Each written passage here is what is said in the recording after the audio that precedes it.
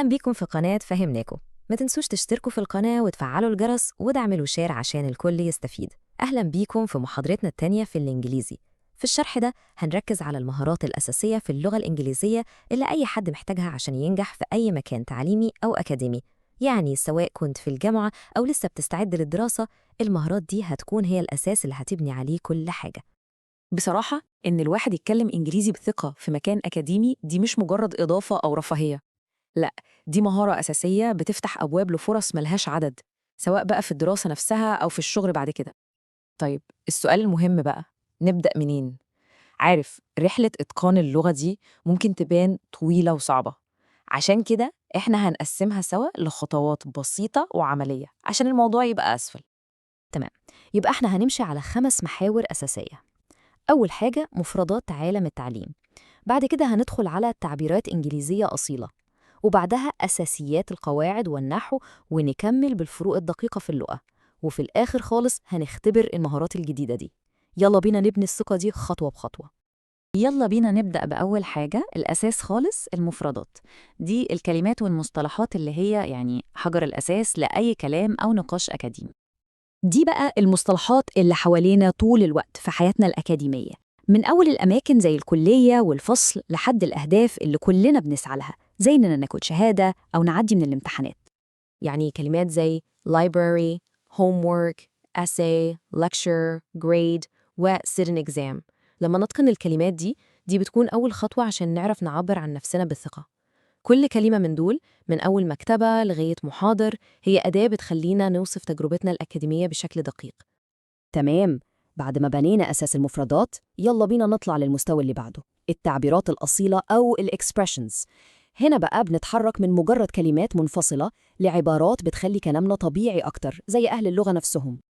التعبيرات اللي زي دي بتدي نكهة خاصة للكلام، وبتبين إن الواحد فهم اللغة بعمق. يعني مثلا جملة زي use your loaf، دي طريقة مش رسمية قوي عشان تقول لحد شغل مخك أو فكر بذكاء.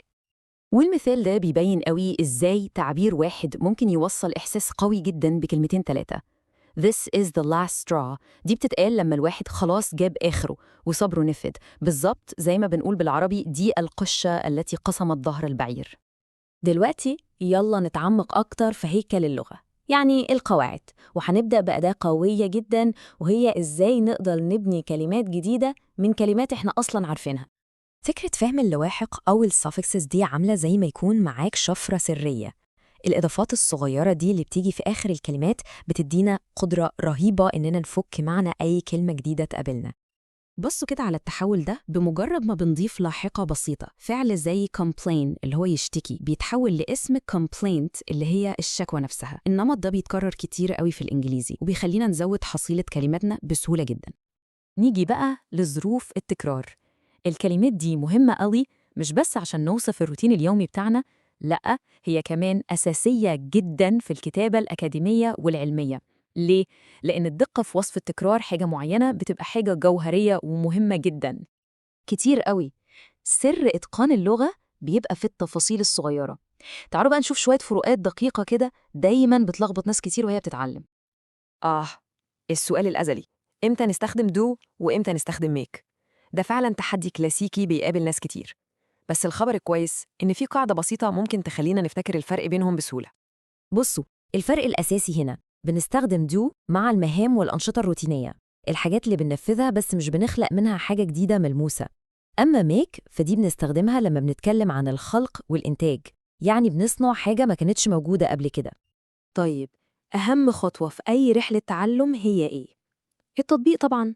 جه الوقت بقى إننا نشوف إزاي المفاهيم دي بتظهر وبتستخدم في سياق حقيقي.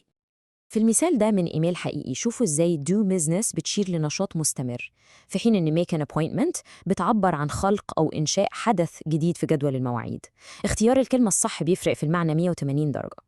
إذن عشان نلخص اللي قلناه، دي المهارات الأساسية اللي هتحسن الإنجليزي الأكاديمي بتاعنا.